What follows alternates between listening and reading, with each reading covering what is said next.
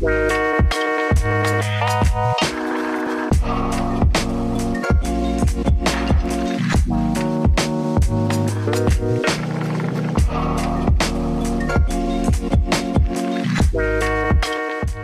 a todos, estamos de nuevo en el programa Historias Reales.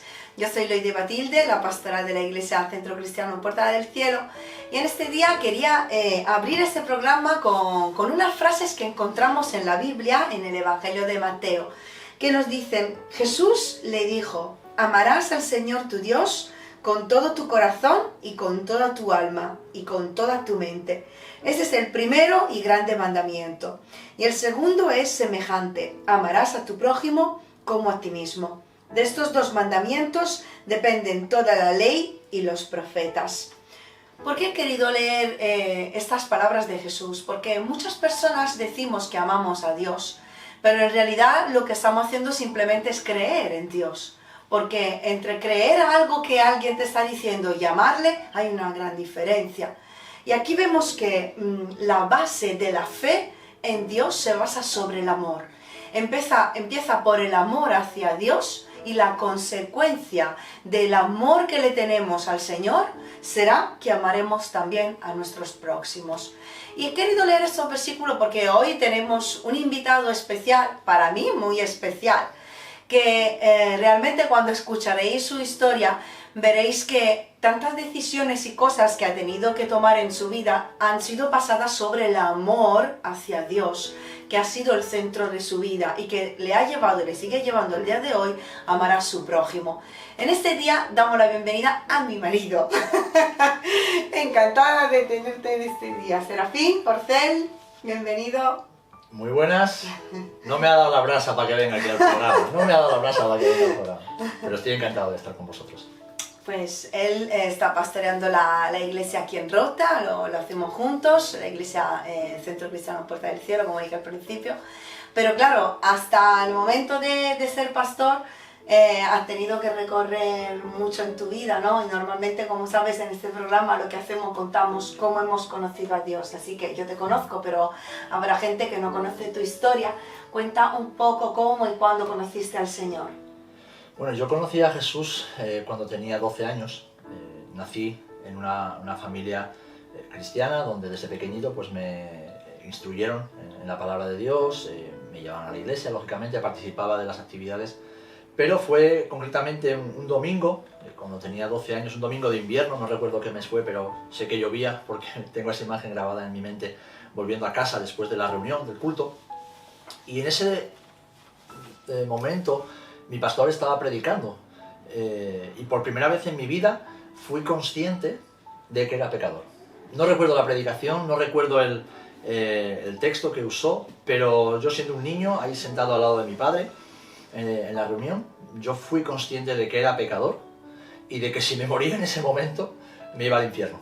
Lo sabía, tenía una convicción interna que me llevó a un sentimiento de urgencia. Así que bueno, terminó la reunión, terminó el culto, nos fuimos para casa, no hablé nada en el trayecto de casa, o sea, de la iglesia a casa, que son como media hora de coche. Y cuando llegué a casa ni siquiera quise cenar, me encerré en mi habitación porque tenía, como digo, un sentimiento de urgencia. Me puse de rodillas en mi cama y estuve durante horas pidiéndole perdón a Dios, pidiéndole perdón por mis pecados, pidiéndole que entrara en mi vida y que me hiciera un hijo suyo. Y así empezó la historia. Y a partir de ese momento, ¿qué cambio hubo en tu vida?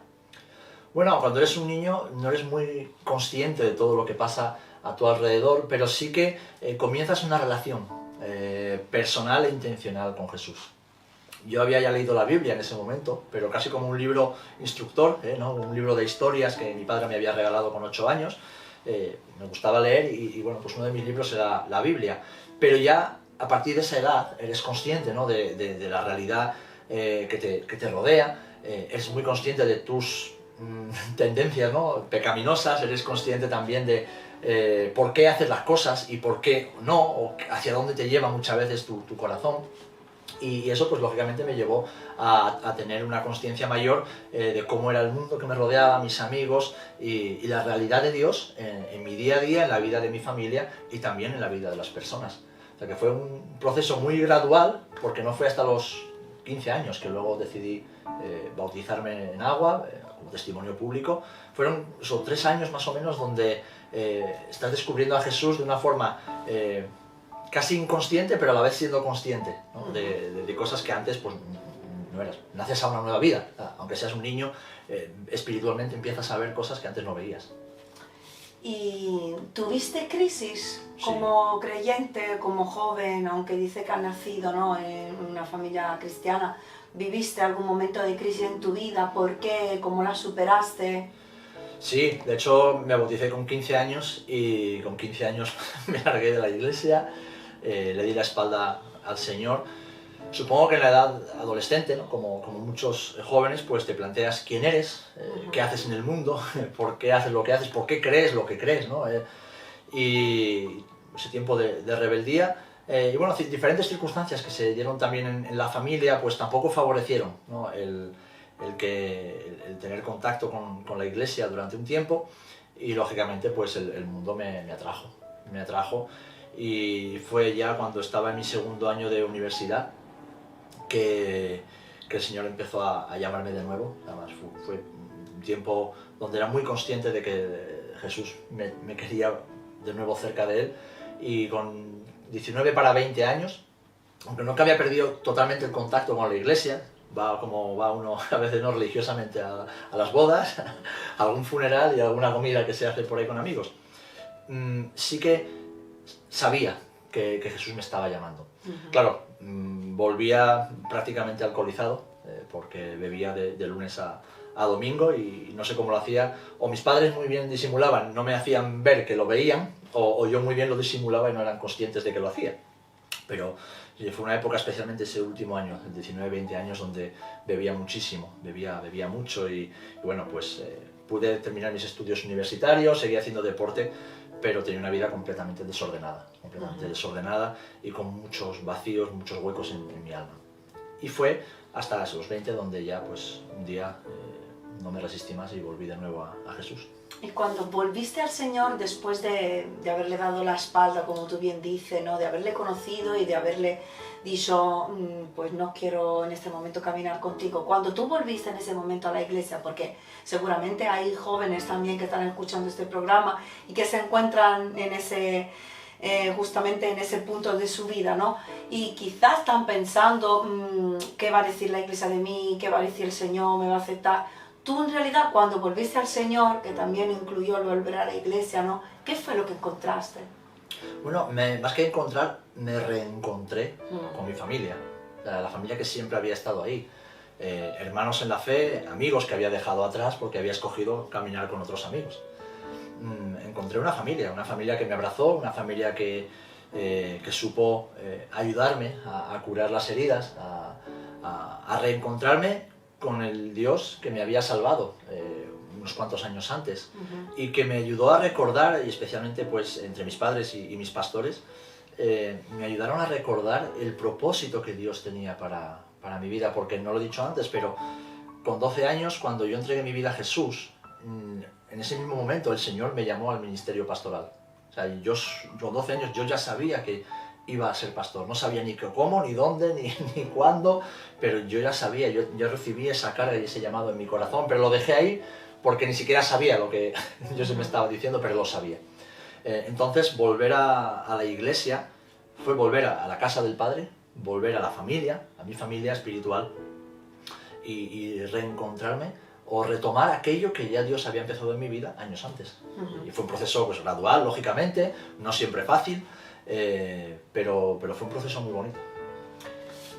Acabas de decir, ¿no?, que a los 12 años tú ya tenías claro que había un llamamiento pastoral sobre tu vida. Ese momento, en los 22 años, 21, cuando tú volviste al Señor, a los 20, 21 años, ¿no? Imagino, ¿no? Sé que empezaste un proceso en cuanto al servicio. No, aunque tú tenías una palabra guardada en tu corazón, ¿por qué proceso pasaste? ¿En qué empezaste a involucrarte? ¿Cómo se desarrolló tu vida ministerial? Bueno, creo que es el proceso por el cual debe pasar cualquier persona, o sea, cualquier hijo de Dios. Al final, independientemente del llamado que tengamos, los dones, el ministerio que tengamos, todos estamos llamados a servir. Y no hay ningún servicio, no hay ninguna tarea, no hay nada que hagamos en el reino de Dios, en la iglesia, que sea mejor, peor, que sea mayor o menor, o tenga más importancia que la otra. Sencillamente tenemos el llamamiento a servir. Entonces, yo recuerdo que estando alejado de Dios, estando completamente perdido en el mundo, siempre tenía algo que me llevaba a cuidar de las personas, ¿no? A aconsejar o a preocuparme por otros cuando muchas otras personas no lo hacían. Entonces, cuando llegué al Señor de nuevo y volví a la dinámica de vida de la iglesia, eso se potenció. Entonces mi corazón estaba pues en cuidar de quien fuera, ayudar en lo que fuera, hacer lo que mis pastores me dijeran.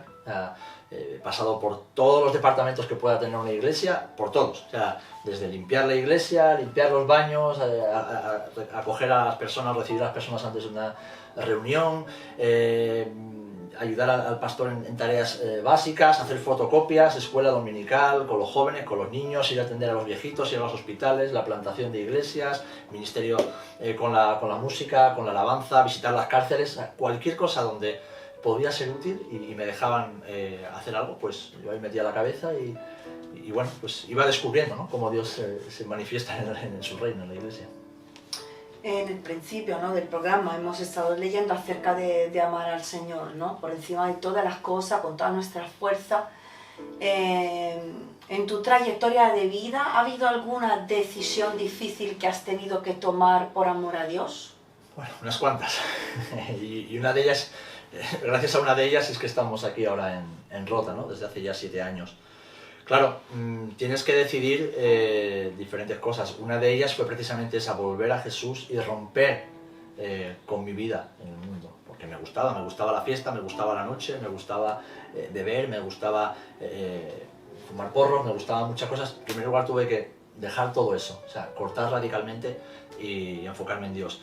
Después, lógicamente, también el decidir hacer un impasse en mi vida de servicio dentro de la iglesia e irme al seminario en Inglaterra, donde tú y yo nos conocimos. Después, una vez ya vueltos y casarnos, pues en diferentes ocasiones he tenido que tomar la decisión como padre de familia, incluso dejar un trabajo, un buen trabajo, con un buen sueldo, con una estabilidad económica, y incluso en ocasiones con un estatus social, renunciar a ello en obediencia a Jesús para desarrollar la obra del ministerio y hacer su voluntad. Incluso cuando no siempre pues hemos tenido tal vez el apoyo, ¿no?, de la gente cercana, de la propia gente de la iglesia, porque no comprenden lo que Dios te está demandando, lo que el Señor te está pidiendo. Y a día de hoy pues lo mismo. Al final es lo que nos dice el Evangelio. Si uno no muere a sí mismo y no toma la cruz que todos llevamos, y la cruz no es una carga, no es un peso, la cruz no es una condena, no, es nuestra identidad de hijos de Dios, y como hijos de Dios debemos ser obedientes a nuestro Padre y seguirlo a Él, seguirlo. Al final se resume a lo que tú decías al principio. Esta es una vida, es un trayecto que se basa en el amor de Dios por nosotros y el amor de Dios hacia nosotros y los demás, y nuestro amor hacia Él en respuesta a ese amor que Él nos da. Entonces, decisiones muchas y las que quedarán por delante, ¿no? Pero el Señor se ha demostrado fiel de que a los que le obedecemos Él siempre nos respalda. Pues mira, Serafín, que se me hace hasta raro llamarte Serafín, porque yo le llamo Sera. Me gustaría hacerte una pregunta, ¿no? Porque hay mucha juventud que nos dicen que quieren servir a Dios, ¿no?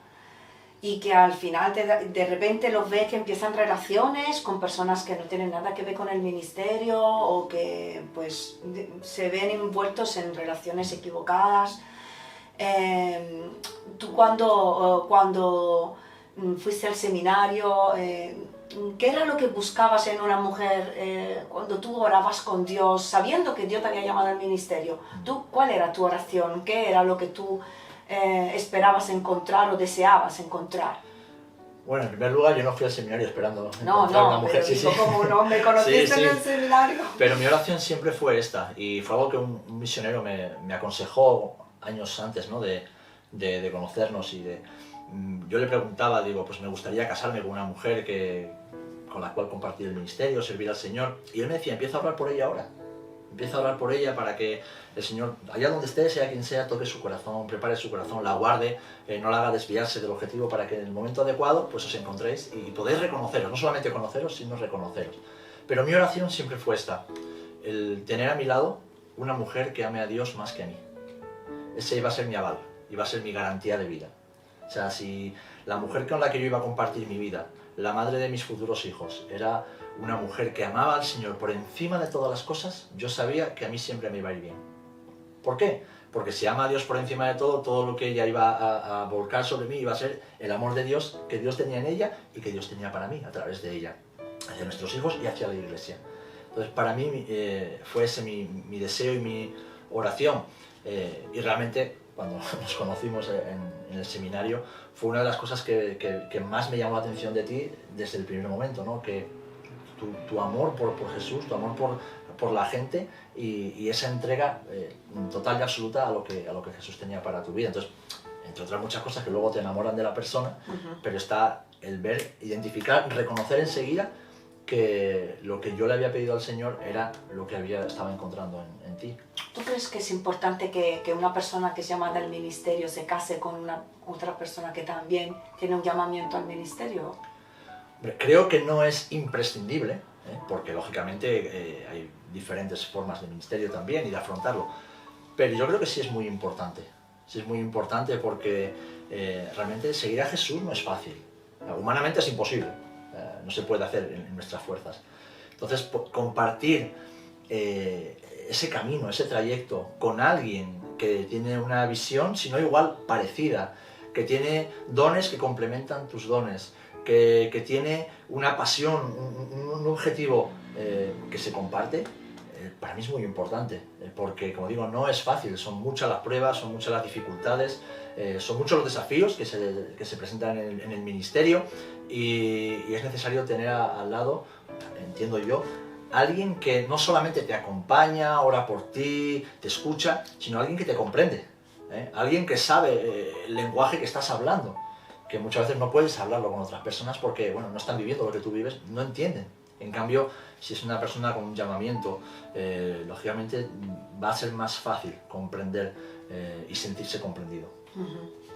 Pues somos padres de 2 hijos y seguramente pues, nos encontramos continuamente, ¿no?, con parejas jóvenes que están sirviendo, que quieren servir, que ven a los hijos como un impedimento o un estorbo.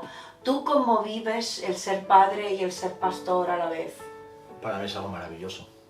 Pero lo es desde antes incluso de que éramos pastores principales de una iglesia, ¿no? Cuando servíamos al Señor en el pastorado juvenil o en otras áreas del ministerio. Nuestros hijos siempre han sido parte del ministerio. No puedo separar a mi familia de mi llamamiento. Lógicamente ellos tienen su llamado de parte de Dios, lo empezarán a desarrollar en su momento, pero si quiero que ellos conozcan a Jesús de cerca, tengo que tenerlos conmigo cuando estoy sirviendo a Jesús, ¿no? y predicando a Jesús. Si quiero que ellos amen a la iglesia y amen el reino de Dios, tendrán que ser parte nuestra, nunca un impedimento. Ahora, requiere a veces un doble sacrificio, un doble esfuerzo, pues claro, y eso desgraciadamente esa sociedad no lo quiere. O sea, hay muchos papás que, como digo yo, la vida les viene grande. O sea, y cualquier cosa que tengan que hacer con los niños ya es una excusa para no hacer. Entonces, tal vez tengamos que volver a lo que decías al principio. O sea, ¿amas a Jesús o quieres a Jesús? Que no es lo mismo. Amar es darlo todo, aunque cueste. Querer es, bueno, cuando las cosas van bien, cuando todo se me encaja, cuando los horarios me cuadran y cuando no estoy demasiado cansado. Entonces, para nosotros, o para mí como padre, ha sido y sigue siendo algo maravilloso poder compartir el ministerio con toda mi familia, porque creo que antes incluso que la iglesia, como iglesia, mi primer ministerio es mi relación con el Señor, pero después eres tú como esposa y mis hijos. No puedo dejaros fuera, no puedo dejaros al margen porque todos formamos parte de la iglesia, pero en cuanto a mí, eso es mi primera responsabilidad. Entonces creo que es algo genial. Que sí, que a veces uno anda loco con el carrito, ahora ya no, porque ya son mayores, ¿no? Pero andas con el carrito, con la papilla, con el biberón, que si no sé qué, el pañal. Bueno, creo que es una etapa de la vida que hay que pasarla y hay que disfrutarla y nosotros creo que la hemos disfrutado. Pues me gustaría preguntarte... Como si no lo supiera. ¿Qué te voy a preguntar? De las diferentes áreas en las cuales estás sirviendo, porque principalmente eres pastor, pero también pues te gusta mucho la música. Yo cuando le conocí en el seminario con su melena, con su coleta, con sus pendientes, con su guitarra eléctrica, vamos, lo contrario del estereotipo, pues me veis a mí, ¿no? Lo clásica que soy, lo contrario, ¿no? Sin embargo, me cautivó y me enamoró ese amor genuino hacia Dios, ¿no? Eres pastor, te gusta la música, estás en un grupo de música cristiana, organizas viajes a Israel, te gusta, estás en las clases online del CESTA. Podríamos elencar diferentes áreas en las cuales tú estás sirviendo, ¿no? Pero si te preguntara qué es lo que más te gusta hacer, ¿cuál sería tu respuesta? No sería capaz de decirte una cosa en concreto. ¿Por qué? Porque creo que tiene más que ver con un llamamiento global. Como tú bien sabes y me conoces, yo no soy una persona, es que esto me gusta, esto no me gusta, soy muy práctico. Y aunque me gustan ciertas cosas, si no encajan en lo que Dios me ha llamado a hacer, no me interesa, no pierdo tiempo pensando ni en ello. La música, bueno, la música no es un fin, la música es un medio. Entonces, como a mí siempre me ha gustado el rock, el heavy metal, me ha gustado un tipo de música muy potente, muy callejero, y que ha estado siempre muy alejado de lo que creemos que es evangelizar o que puede gustar a la gente. Y hay muchísimas personas, hay millones de personas en el mundo que les gusta esa música y que hablan un lenguaje que yo hablo. Entonces, es un medio para llevarles el evangelio y el amor de Jesús. Lo he hecho y lo sigo haciendo a través del deporte. Además de pastor, pues soy maestro de educación física y a través del deporte, y que he sido futbolista por un montón de años, puedo y he podido y sigo llevando, ahora incluso a través de mi hijo, que le gusta el fútbol y te abre puertas para hablar de Jesús a muchísimas personas e inculcar valores bíblicos y cristianos a través del deporte. Con el tema de Israel, pues igual que con el llamado pastoral, un llamado a ser un puente entre la nación de Israel y España, la Sefarad, ¿no? La segunda casa, el segundo hogar de los judíos en el mundo. Y poder comprender cómo todo lo que Dios ha dicho acerca de la nación de Israel todavía tiene parte de profecía no cumplida y atañe a nuestra realidad como iglesia. Y hacérselo también entender y comprender a hermanos, a hombres y mujeres que tienen esa inquietud y bueno, pues viajando a Israel. Y luego la enseñanza, pues porque creo que es parte de lo que un pastor, ¿no?, debería desarrollar en su vida diaria, ¿no? El discipular, el enseñar, el instruir a los creyentes en la palabra de Dios, que es lo que sostiene nuestra vida, o sea, nuestra fe y nuestra esperanza. Centrándonos un poco en el ministerio pastoral, que es un poco la parte principal del ministerio que estás desarrollando ahora mismo, ¿no? ¿Cuál es la parte del pastorado que la consideras más dura y cuál más bonita? Bueno, para mí todo en el pastorado es bonito, o sea, y no porque lo quiera hacer algo místico, no, ni hacerme el espiritual, porque es algo que viene de Dios, es bonito. Ahora, no creo que sea duro, creo que sea complejo, ni siquiera complicado, complejo. Pero complejo, ¿por qué? Porque las personas somos complejas y el pastorado son personas. Al final es hombres y mujeres que están caminando en su vida con Jesús y quieren alcanzar propósitos y metas en Dios. Y los pastores pues solamente estamos ahí para ayudarlos, para orientarlos, para aconsejarlos, para que puedan de alguna forma alcanzar esos propósitos muchas veces con nuestra ayuda, ¿no? Casi como un acompañamiento. Entonces, yo creo que para mí personalmente lo que más me cuesta gestionar es el fracaso, o el sentimiento de fracaso. El no saber o no estar seguro si lo que estoy haciendo es exactamente lo que Dios me pide, ¿no? Porque claro, a veces uno lo hace con la mejor intención y no te salen las cosas. Porque trabaja con personas y las personas no siempre reaccionan como uno esperaría, ¿no? O no siempre reciben de parte de Dios aquello que tú deseas que reciban. Entonces, eso puede generar sentimiento de fracaso en el pastor. Y a mí eso todavía a veces me cuesta gestionarlo un poquito, pero bueno, voy aprendiendo. Y por último, como pastores nos miramos a la congregación y tenemos deseos, objetivos, metas que alcanzar, que son varios, ¿no? Pero tú personalmente, cuando miras a la congregación, ¿cuál es una de las metas o uno de los objetivos principales que te gustaría ver realizados en la congregación? Bueno, tengo 3 y son muy sencillos. O sea, que conozcan a Jesús, que amen a Jesús y que sirvan a Jesús. Creo que el buen maestro, el buen pastor, el buen ministro del Evangelio es aquel que tiene como único objetivo que los hermanos en la fe, los creyentes, conozcan a Jesús, amen a Jesús y sigan y sirvan a Jesús. Para mí ese es mi objetivo y en base a lo que hago todo, ¿no? En mi vida como pastor. Vale, pues vamos finalizando este programa y normalmente terminamos dando unas últimas palabras a los oyentes, que en este día, en este caso, me gustaría que pudieras dedicarla a jóvenes que sienten un llamado al ministerio en su vida, quizás todavía no lo han desarrollado, están con preguntas, con dudas o están en ese proceso de formación, ¿no? Me gustaría que pudieras dedicarle unas palabras a ellos, lo que el Señor ponga en tu corazón. Bien, pues en primer lugar, recordaros que Dios envió a Jesús, a su Hijo, para que recuperásemos nuestra relación personal con Él. Y en el ministerio todo se basa en una relación íntima y personal con Jesús, por medio del Espíritu Santo. Entonces ahí es donde tenéis que poner esfuerzo y dedicación cada día de vuestras vidas, en relacionaros todo el tiempo con el Señor. Él os da la identidad, os da los propósitos, los sueños, las estrategias, y no poner tanto los ojos en modelos humanos. Vivimos en la época de los influencers, vivimos en la época donde detrás de las redes sociales hay muchos grandes hombres y grandes mujeres que hacen grandes cosas, pero al final nuestra aspiración ha de ser imitar a Jesús. Y Jesús nos ha dejado ejemplos en la Biblia, como podemos tener a Moisés, a Elías, a David, a Daniel, hombres y mujeres, como puede ser la misma Débora, imperfectos, o incluso María, la madre en la carne de Jesús. Hombres y mujeres imperfectos, pero hombres y mujeres que conocían la palabra de Dios, que tenían una relación íntima y cercana con Él y que debido a esa relación y a ese conocimiento de la palabra fueron capaces de escuchar la voz de Dios, obedecer a Dios y desarrollar el llamado y el ministerio que el Señor tenía para ellos. Este mundo os ofrece humo, este mundo os ofrece, incluso en la iglesia mismo, se os puede ofrecer humo, estrategias, recursos, formas, métodos que pueden ser útiles, pero tienen que ser un medio por el cual cumplir el llamamiento, el cual se sustenta en Dios mismo, que es el que llama, en su palabra, que es la que confirma, y en el poder de su Espíritu Santo, que es el que nos capacita para hacer esa obra a la cual hemos sido llamados. Y esto solo es posible, queridos jóvenes, solo es posible con una relación íntima y personal con Jesús.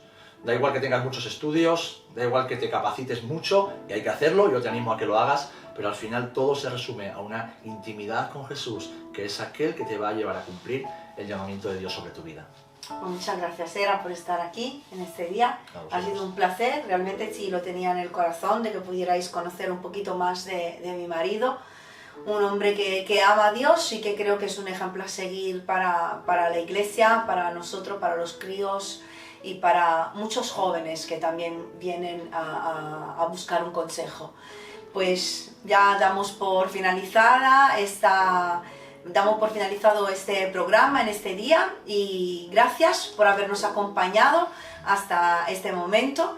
Y si queréis saber algo más acerca de este Jesús del cual os estamos predicando, estamos en la calle Venus número 9 y este programa es Historias Reales.